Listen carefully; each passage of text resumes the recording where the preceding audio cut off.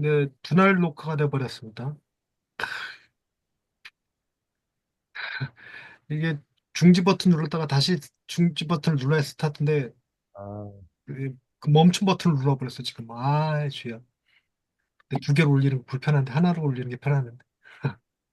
자, 어쨌든 이어갑시다. 류성룡 목사님 네, 겉으로는. 네.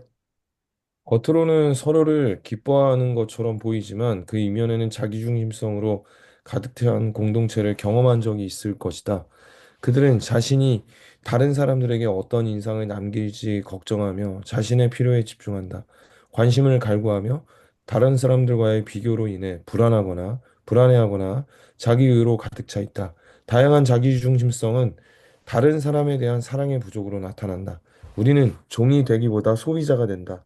이러한 자기도취는 공동체 전체가 그 안에 사람에게만 관심을 갖게 하고 공동체 밖 세상의 엄청난 필요를 무시하도록 변질시킨다. 네. 잠깐만 하나 더 짚고 넘어가십시오. 다양한 자기 중심성은 다른 사람에 대한 사랑의 부족으로 나타난다. 사랑의 부족으로 나타난다. 이렇게. 어, 내가 사랑이 부족하면 나를 사랑해줘. 내 필요를 채우고 싶어지죠. 근데 내게 사랑이 넘쳐나면 누가 날 사랑해 주는 것보다 내가 사랑을 주고 싶죠. 사랑이라고 표현해서 그렇지만 사랑뿐만이 아니라 만약에 제가 제일 즐겨 쓰는 표현은 감자거든요. 감자. 저희가 논밭이 주변에 논밭이니까. 근데 뭐 교인들도 감자 갖다 줘. 주변 이웃들도 감자를 갖다 줘. 그래서 우리 집에 감자가 넘쳐나. 그러면 제가 감자를 받고 싶을까요? 주고 싶을까요?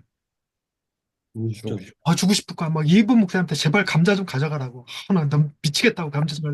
그러면 이번 목사님이 감자를 가져가면 내가 이번 목사님한테 나한테 고맙지 이렇게 말할까? 내가 이번 목사님한테 고맙다 그럴까? 그렇죠. 내가 이번 목사님한테 고맙다 그럴 거야. 가져가줘서 고맙다고. 그러고 어. 내가 좀 더 이 감자에 질려 있는 상태면 내가 갖다 주겠다고 오실 필요 없다고 내가 갖다 주겠다고 할 거란 말이지. 바다만 준다면야 내가 바다만 준다면야 못 갖다 드릴까 막 이러면서 막 몇 박스씩 갖다 줄 것 같은 거예요. 근데 만약에 하나님의 사랑이 만약에 우리한테 그렇다 그러면 하나님의 사랑이 내가 그 하나님은 우리에게 사랑을 주시되 뭐 이렇게 주시면 차고 넘치도록 주실 거란 말이죠. 우리가 그걸 제대로 못 받아채는 못 이렇게 못 챙기는 경향이 있는 거지.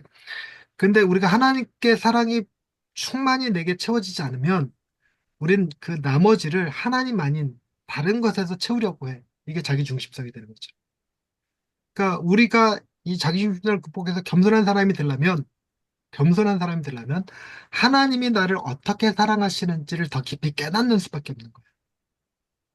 그래서 저는 이걸 어떤 식으로 깨닫냐면 그래서 하나님의 존재 자체를 삼위일체 하나님이 타자 지향적 사랑의 관계, 타자 지향적 서로가 다른 상대를 자기의 유익과 상관없이 상대를 사랑하는 거예요. 그래서 삼일체 하나님은 그 안에서 사랑과 기쁨과 만족이 충만하신 상태예요. 그런데 예수님이 그 자리를 떠나셨어. 그리고 그 자리에 우리를 앉혀주셨어. 그래서 머릿속에 뭐가 상상이 되냐면 하나님이 저를 가리키면서 다른 두 분의 성자와 성령님께 얘는 내 형상으로 지은 내 아들이야.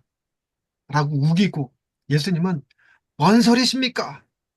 내가 내 피값으로 내 목숨으로 구한 내 형제입니다. 이러고 얘기하고 성령님은 그런 소리 하지 마십시오. 내가 이 일을 거룩하게 하고 이 아이를 성자 하나님의 전이 되게 했나이다. 이러면서 서로 경쟁적으로 내게 그 사랑을 부어주시는 거예요. 내게 사랑과 기쁨과 만족 막 부어주시는 거지. 나를 가운데 앉혀놓고 경쟁적으로. 그 생각하면 너무 감동스러워. 그럼 비로소 난 뭐 할 수 있냐? 내게 사랑이 세 분이 주시는 사랑이 너무 커서 내가 사랑을 받고자 어떤 일을 행하는 것이 아니라 이 사랑을 어떻게 좀 드리고자 드리고자 하게 될 거라는 거죠. 이 드리려고 할 때 비로소 자기 중심성이 극복되지 않을까 그런 생각이 든다는 겁니다. 그러니 우리가 겸손해지는 방식은 내가 겸손하다라고 이렇게 세뇌하는 방식이 아니라 내가 하나님으로부터 얼마나 큰 사랑을 받고 있는지를 더 깊이 깨닫는 예수님이 나를 위해 행하신 일이 무엇인지를 더 깊이 깨닫는 것 하나님이 나를 위해서 당신 아들을 내어주시기까지 사랑하셨다는 사실을 깨닫는 것 이런 거 아닐까 생각해요. 그 사랑의 부족의 문제지 사랑만 충분하다면 넘쳐난다면 그러면 우리는 자기 중심을 극복해서 소비자가 아니라 종이 될 거란 말이에요. 종. 누가 내 발을 씻어주는 것보다 안 그래도 사랑이 넘치는 또 사랑받긴 힘들어. 그냥 제가 사랑해드리면 안 될까요? 그리고 그런데 이런 거죠. 내 주변에 있는 사람들이 나보다 더 하나님의 사랑을 받고 있으면 어떻게 될까? 내가 줄까, 내가 받을까? 내가 봤죠. 근데 내 주변에 있는 사람이 나보다 하나님의 사랑을 덜 받고 있어. 그럼 내가 주겠죠. 네, 내 주변에 있는 사람이 나보다 하나님의 사랑을 덜 받았으면 좋겠어요? 더 받았으면 좋겠어요? 더 받았어. 아니지. 그럼 내가 못 주는데? 아, 내가 있는 걸 감당 못 하고 있는데 유성용 목사님이 나보다 더 받아갖고 나한테 막 줘. 그럼 부담스럽단 말이야. 나는 내가 편하려면 내가 많이 받고 있고 유성용 목사님은 텅텅 비어 있어야 돼. 음, 그래야 막 유성용 목사님한테 막 줄 수 있어서 좋은 거라. 그러면 내 주변에 있는 공동체가 내가 하나님의 사랑에 가득 채워져 있다면 내 주변에 있는 공동체가 나를 감싸고 있는 공동체가 사랑이 조금 부족한 공동체라면 내가 좀 더 편안할 수 있는 거지. 무슨 얘기냐? 내 주변에 있는 사람들이 사랑이 부족하다는 것은 그것이 내게 불편하게 느껴지는 건 내가 하나님의 사랑이 부족하다는 뜻이라는 거야. 우리 음, 공동체를 비판할 게 아니라 내가 다시 복음으로 돌아가야 된다는 거죠. 그래서 우리 공동체가 내게 주신 선물이라는 것을 깨달을 수 있을 만큼 하나님의 사랑을 받아야지.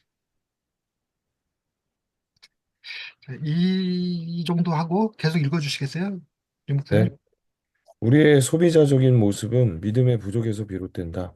하나님께서 우리를 기뻐하신다는 확신이 없기 때문에 다른 사람이 우리를 어떻게 생각할지 걱정한다. 하나님께서 우리의 필요를 채우신다는 사실을 믿지 않기 때문에 염려한다. 하나님께서 우리가 은밀히 행한 일에 보상하지 않으신다고 생각하기 때문에 주의를 끌려고 다툰다. 그리고 예수님이 우리의 의라는 사실을 잊어버리기 때문에 자신을 남들과 비교한다. 소비자는 자신의 이익만 추구한다. 자신의 필요를 채우고 자신의 왕국을 건설하는 데 정신이 팔려 있기 때문이다. 그러나 예수님은 그 반대로 위해 우리를 부르셨다. 너희는 먼저 그의 나라와 그의 의를 구하라. 그리하면 이 모든 것을 너희에게 더하시리라. 네, 이거가 그 다음 문장에도 나오지만 보세요. 우리가 자기 중심성을 극복하기 위해서는 필요한 게 뭐냐면 하나님이 우리를 기뻐하신다는 확신이 필요하고 하나님이 우리의 필요를 채우신다는 사실이 필요하고 하나님이 보상하신다는 생각이 필요하고 예수님이 우리의 의라는 사실을 기억하는 것이 필요하다는 거죠. 즉, 내 문제를 해결하기 위해서 나를 생각하는 것이 아니라 도리어 누굴 생각한다? 하나님을 생각한다. 하나님. 그래서 우리가 소비자적인 모습을 갖는 건 믿음의 부족이다. 이렇게 표현할 수 있다는 거예요. 믿음의 부족. 자, 그러면 여러분들은 교인들한테 여러분들이 하나님을 더 기뻐하십시오. 하나님을 더 사랑하십시오. 하나님의 의를 더 많이 하나님께 더 많은 의를 드리십시오. 이렇게 말하는 건 맞아요, 틀려요? 틀려요. 틀려요. 우리는 드린다가 아니라 받는 자가 돼야지. 하나님께로 받고, 우리는 누구한테 줘? 주변에게 줘야지. 자, 근데 우리는 자꾸만 하나님께 드리라고 이렇게 워딩을 그렇게 쓴다는 거죠. 우리 워딩은. 자, 그 다음 문장도 한번 계속 이어주길래 같은 방향이니까. 네. 하나님께서 자신의 필요를 채워주신다는 사실을 믿는 사람들은 다른 사람들의 필요를 돌아볼 만큼 자유롭다. 그들은 다음과 같은 복음의 역설을 발견한다. 내가 나의 필요를 충족하기 위해 노력하는 한 나는 절대 나의 필요를 채울 수 없다.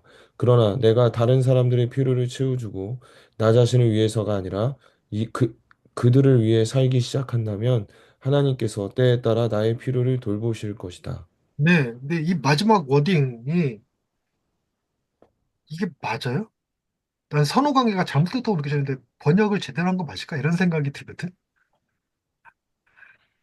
하나님께서 나의 필요를 돌보시게 하려고 내가 다른 사람을 위해서 하는 게 아닐 거라는 거지. 음. 그 거룩하신 하나님 찬양 아시죠? 거룩하신 하나님 맞나? 네.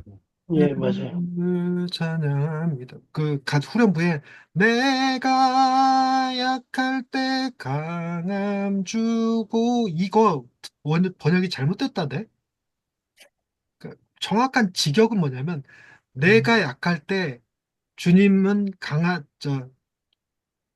주님은 강하다 하시고 내가 가난할 때 주님은 나를 부유하다 하신다 이 뜻이래요. 직역은. 그러니까 내가 약한지 강한지 내 판단에 있는 것이 아니라 하나님이 말씀하시는 판단에 의지하는 거야. 내가 음. 가난한지 부유한지는 내 느낌이나 생각이 있는 것이 아니라 주님이 내게 하시는 말씀으로 믿는 거지. 그래서 나를 바라볼 게 아니라 주님 바라봐야 되는 거예요. 주님의 말씀을 바라봐야 되는 것. 이런 거더라고요. 자, 그다음 하나님의 은혜가 우리를 종으로 변화시킨다. 이게 진리죠. 하나님의 은혜가 우리를 종으로 변화시켜요. 여담으로 은혜에 대한 네 가지 반응 외우실 수 있는 분.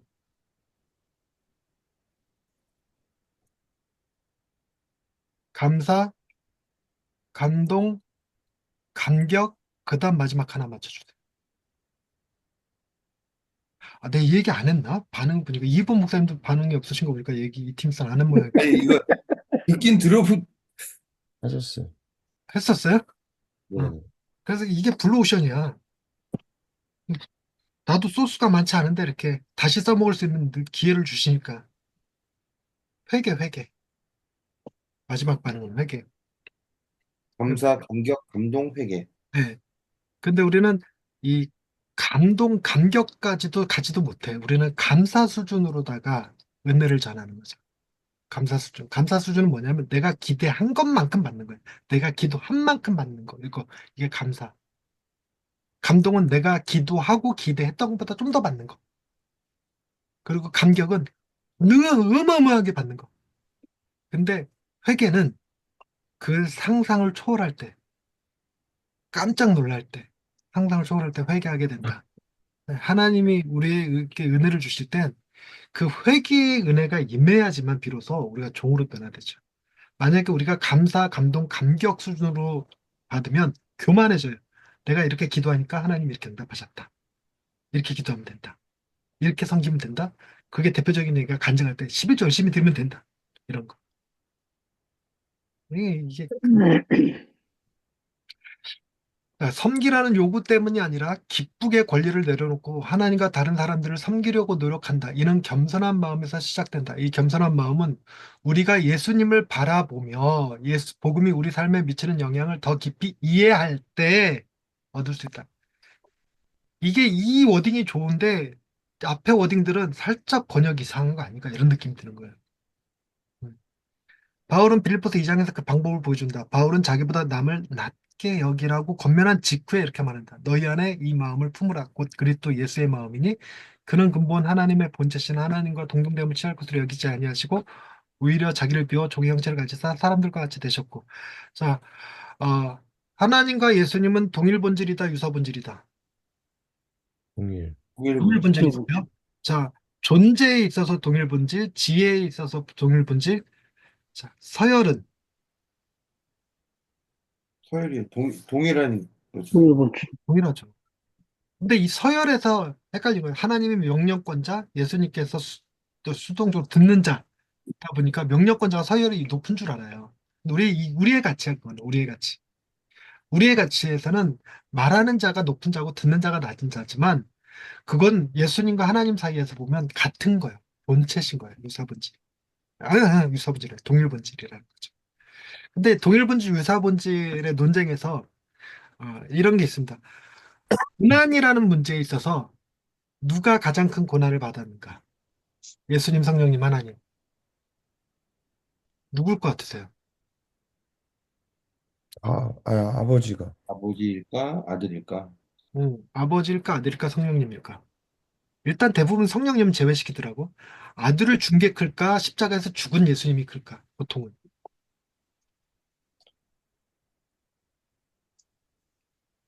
준 게 커요. 이러면 유사본질이 돼. 다 똑같아. 다 똑같다 그래야 돼. 내가 애를 낳기 전에는 십자가 달려 죽으신 예수님의 고통이 제일 크다고 생각했어요. 근데 내가 아들을 낳고 나 보니까 아들을 죽이느니 내가 죽겠어. 그러니까 아버지의 고통이 더 크다고 생각했어. 근데 그 예수님을 십자가의 길로 이끌어야 되는 성령님의 고통은 또 얼마나 클까? 엄마가 만약 그걸 한다 그러면 엄마가 제게 제일 고통스럽지 않을까? 이런 생각이 들거든요. 근데 결론은 동일하다예요. 동일하다. 이게 동일 본질입니다. 그래서 십자가에 달리신 하나님이라는 표현이 가능해요. 그런데다가 요한복음 한번 보실래요? 요한복음 1장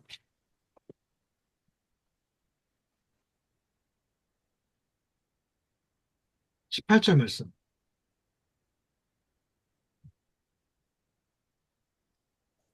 여기에 보면 본래 하나님을 본 사람이 없으되 아버지 품속에 있는 독생하신 하나님이 나타내셨느니라. 이렇게 되죠. 독생하신 하나님. 아마 여기 가로로 독생하신 하나님의 가로를 딱 치면 독생하신 예수님이라고 쓰신 분들 꽤 많을 것 같아요. 독생하신 하나님이라는 개념 자체가 십자가에 달리신 하나님이라는 표현을 가능케 하는 거거든요. 그리고 음, 고난에 대해서 우리가 동일 본질을 이해할 때 비로소 이게 가능해요. 여담이 돼버리곤 했지만 어쨌든 서열의 문제가 아니라 이 하나님은 말씀하셨고 예수님은 순종하신 것은 역할의 문제다. 역할의 문제다. 그래서 우리가 예수님처럼 섬기는 일을 낮은 거라고 생각하지 않는 정신이 필요하다는 거예요. 서열의 문제로 보지 않는 거죠. 내가 누구를 섬기고 누구의 발을 씻어주고 누구를 도와주고 누구의 말을 들어주고 하는 것들이 서열의 문제가 아니다.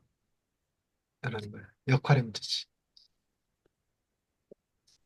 자, 예수님은 궁극적인 종의 모범이 되신다. 하나님이시기에 섬김을 받으실 권리가 있으셨지만 그 권리를 주장하시기보다 겸손한 종의 모습으로 육신을 입으셨다. 인자가 온 것은 섬김을 받으려 함이 아니라 도리어 섬기려 하고 자기 목숨을 많은 사람의 대성물로 주려 함이라. 여러분, 그 육신의 몸을 입었다라고 말할 때 아, 시간이 되나 오늘 얘기할 시간이?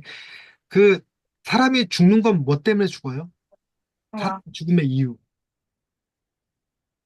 뭐 생물학적인 거 말씀이신가요? 아니요, 신학적인 거. 신학적으로.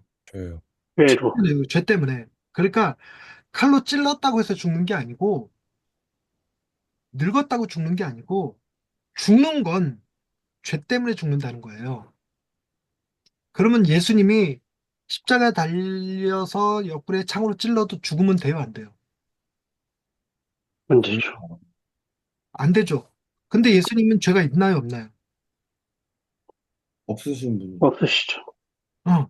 그런데 주님이 죽으셨다는 얘기는 그분이 죄를 지녔다는 얘기가 되는 거예요. 그래서 뭐라고 표현하는 거냐면 예수님이 종의 형체를 입으셨다. 이걸 다른 말로 죄 있는 육신의 형상을 입으셨다. 이렇게 해요. 죄 있는 육신의 형상. 음, 그러니까 이걸 달리 얘기하자면 뭐냐면 예수님이 인간이 되셨다라는 내 뜻이 우리가 돼지가 되었다라고 말할 때 깨끗한 돼지 가죽을 뒤집어 썼다가 아니라 똥물로 더럽혀져 있는 그 가죽을 뒤집어 썼다 이 개념이 된다고요. 저는 그래서 예수님이 이 땅에 죄 있는 육신의 형상을 입고 내려오신 것 자체에 어마어마한 감동을 느껴요. 그분이 단순히 인간이 되셨다? 참 신이시자 참 인간이시다라고 말할 때 그러니까 가장 영광스러운 몸을 입으셨다 이렇게 처음에 상상이 되곤 했었거든요. 인간의 몸이지만 가장 영광스러운. 근데 그게 아니라 죄 있는 육신의 형상, 종의 형상, 즉 가장 더러운 육신을 입으셨다 이렇게 표현되는. 그러니 그분 안에도 예수님께서 인간이 가지신 모든 연약함, 이기심, 시기, 질투 이런 것들이 없으셨던 게 아닐 거라는 게 내 생각이에요. 육신을 입으셨기 때문에. 그럼에도 불구하고 하나님께 순종하셨으니까 그 순종이 비로소 복된 거다. 이렇게 그게 의의가 된다. 이렇게 생각하는 거거든요. 저는 그래서 이런 표현, 종의 형상을 입으셨다. 종의 형체를 가져서 사람들과 같이 되셨다라고 말할 때 그 사람들 중에 정직하고 깨끗하고 의롭고 뭐 훌륭하고 뭐 아름답고 영광스럽고 이런 게 아니라 아, 또 농담처럼 누가 그랬대. 손주가 태어나는데 권사님이 기도하실 때 예수님 닮은 손주가 태어났으면 좋겠다 기도했더니 더럽게 못생긴 애가 나왔대.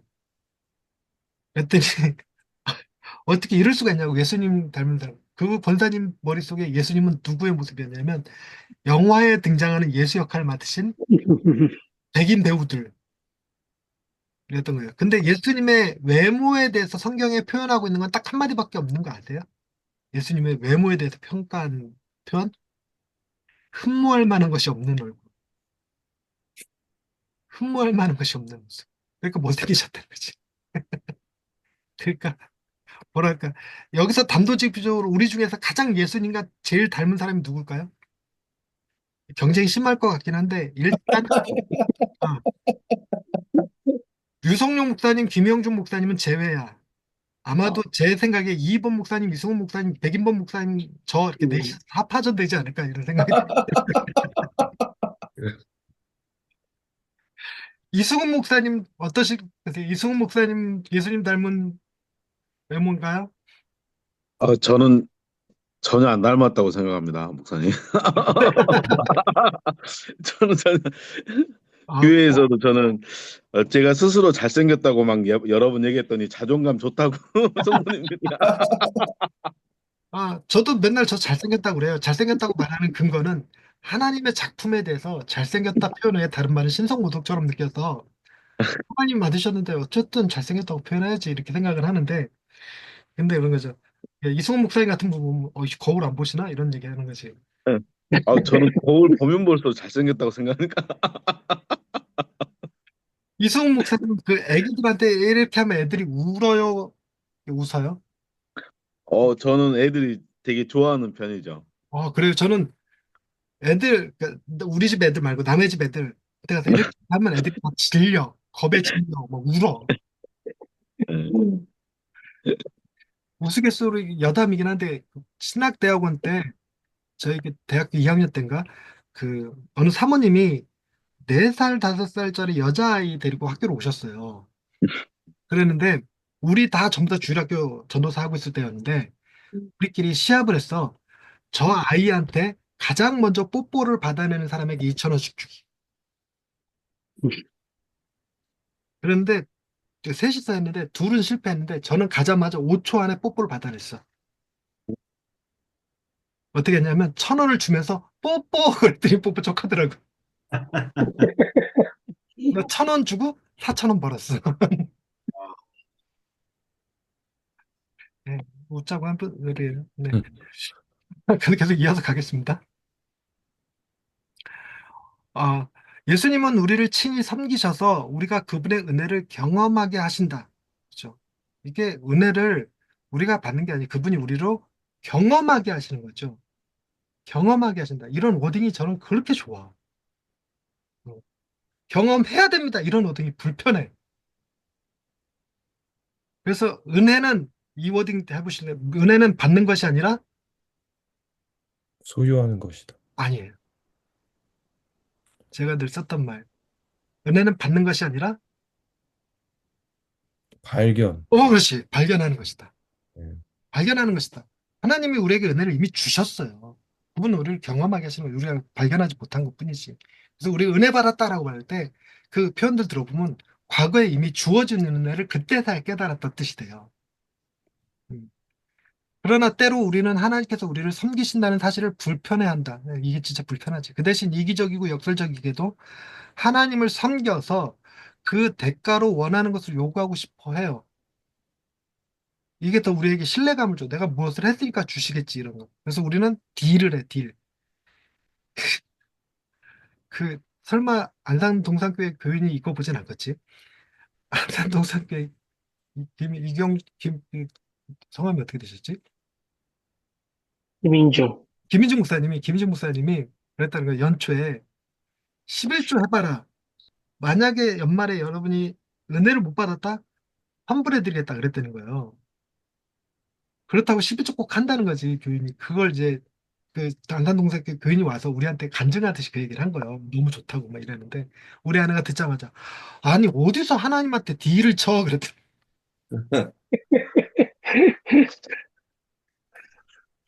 우리가 11조 하는 건 우리의 역할인 거지 그게 은혜를 받기 위한 수단이 아니고 뭐 이래.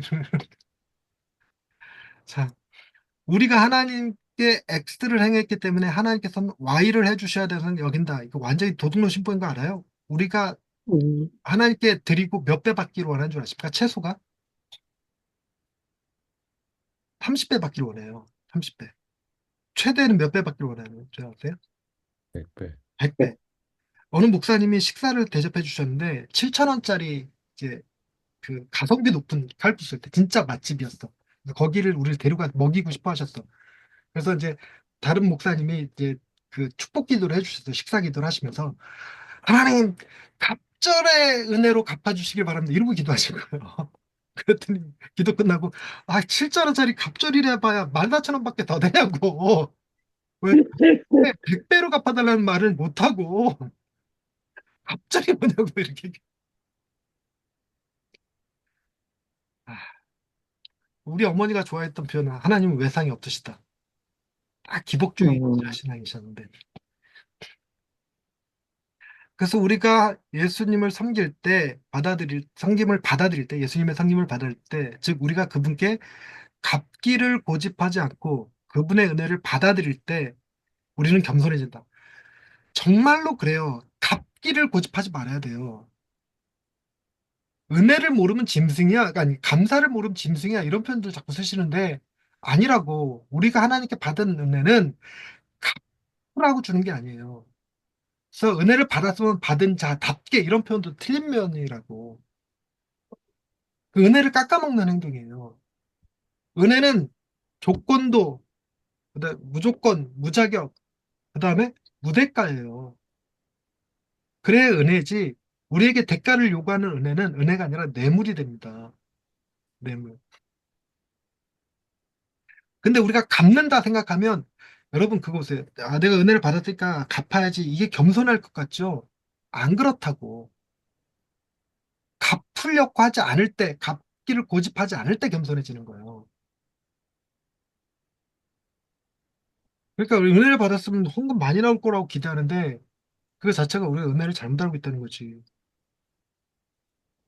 성금이 적은 이유는 성도들이 은혜를 못 받아서 그런다고 생각하는 거예요. 내가 주로 그런 생각하는데 이것이 바로 바울이 다음과 같이 말할 수 있는 이유다. 미쁘다 모든 사람이 받을 만한 이 말이여 그리스도 예수께서 죄인을 구원하시려고 세상에 임하셨다 하였도다.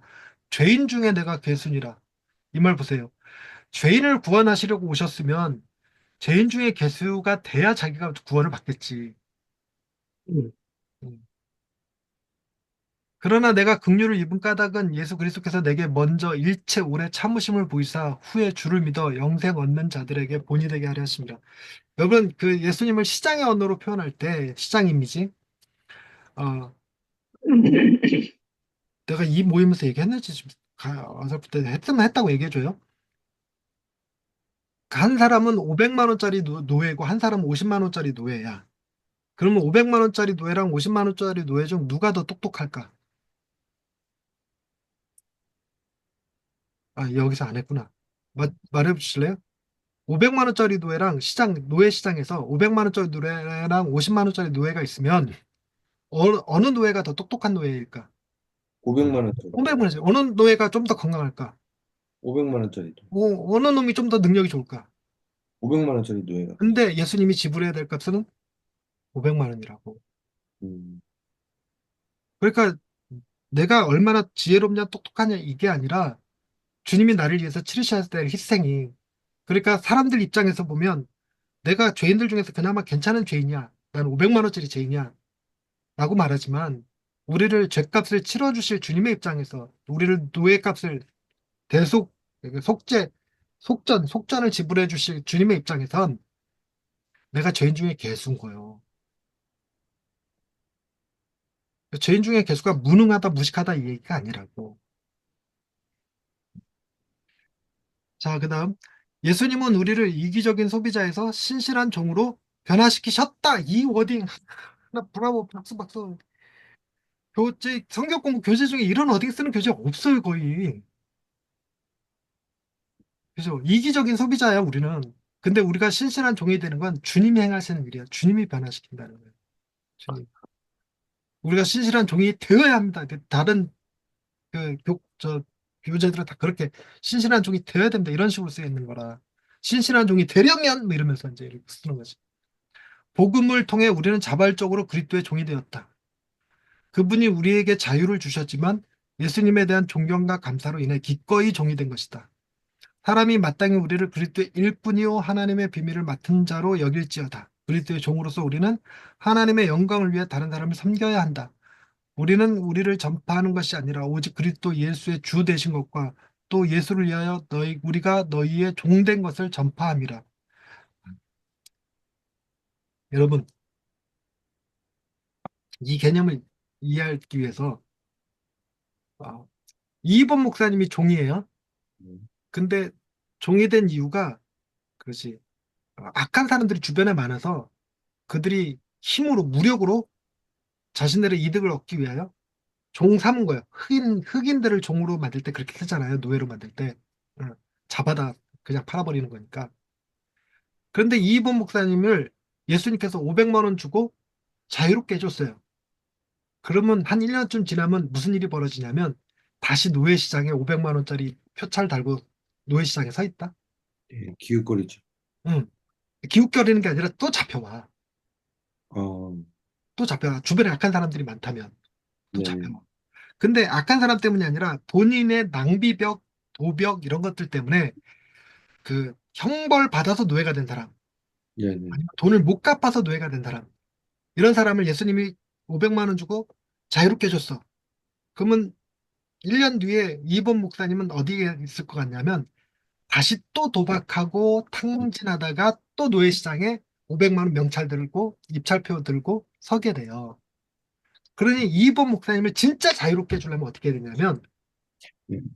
예수님이 이번 목사님을 사서 자유롭게 해주는 게 아니라 사서 내 종으로 삼아야 돼요. 음, 예수님이. 예수님이 내 종으로 삼아서 어느 누구도 감히 잡아갈 수 없는 자 되게 해야 되는 거죠. 근데 예수님은 그럼 내 도벽과 이 낭비벽을 없애주는 거 아니에요. 예수님은 어떤 주인이냐면 나를 종 삼으사 내가 도벽하고 나쁜 짓 하면 그 돈을 갚아줄지언정 나를 노예시장에 내놓지 않아. 음, 그럴 때 비로소 우리가 자유로워지는 거예요. 그러니까 내가 진짜 자유로워지는 건 내가 노예시장에서 풀려나는 게 아니라 노예시장에서 그리스도의 종으로 팔려가야 되는 거예요. 그게 비로소 자유롭게 되는 거예요. 그 개념을 이해할 때 비로소 우리는 뭐라고 해줄 수 있냐면 나는 그리스도의 종이다 이렇게 얘기할 수 있는 거예요. 난 그리스도의 일꾼이다 이렇게 얘기할 수 있다는 거지. 근데 주님이 하시는 일은 우리를 종 삼는 것에서 끝일까? 아니라는 거예요. 우리를 종이의 신분에서 아들의 신분으로 바꿔서 그분의 나라의 전 재산을 다 주시는 거예요. 자, 계속할게요.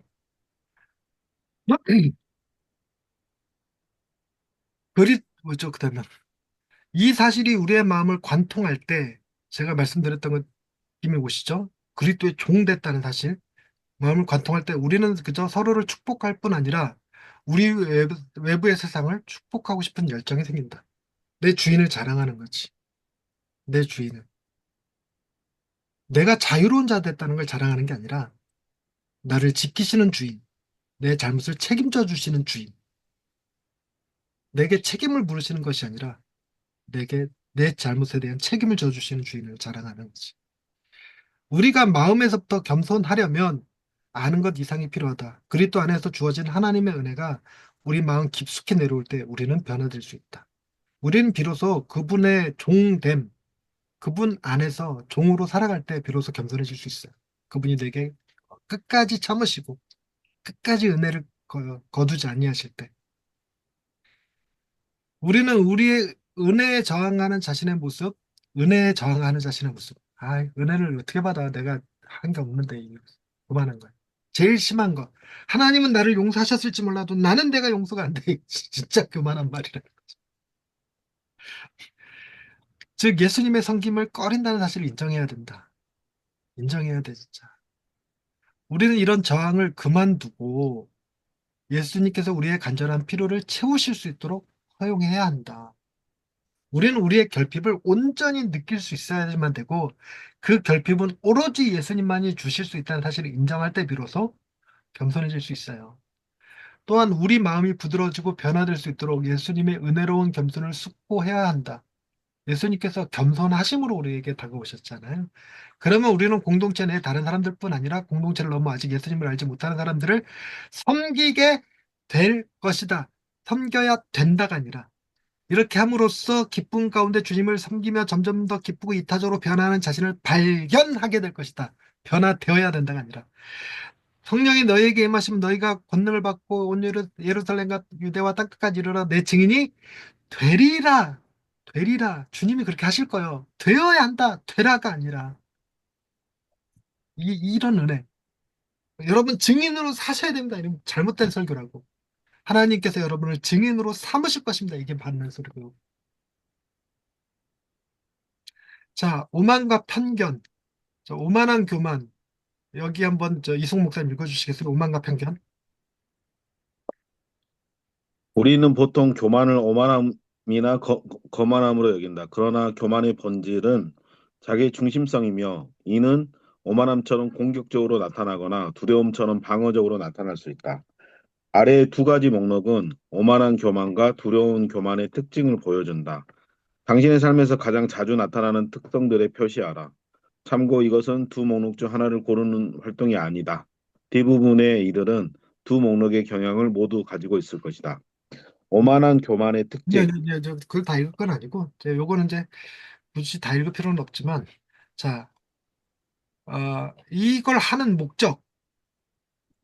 목적이 뭘 것 같으세요? 오만과 편견 활동하는 목적.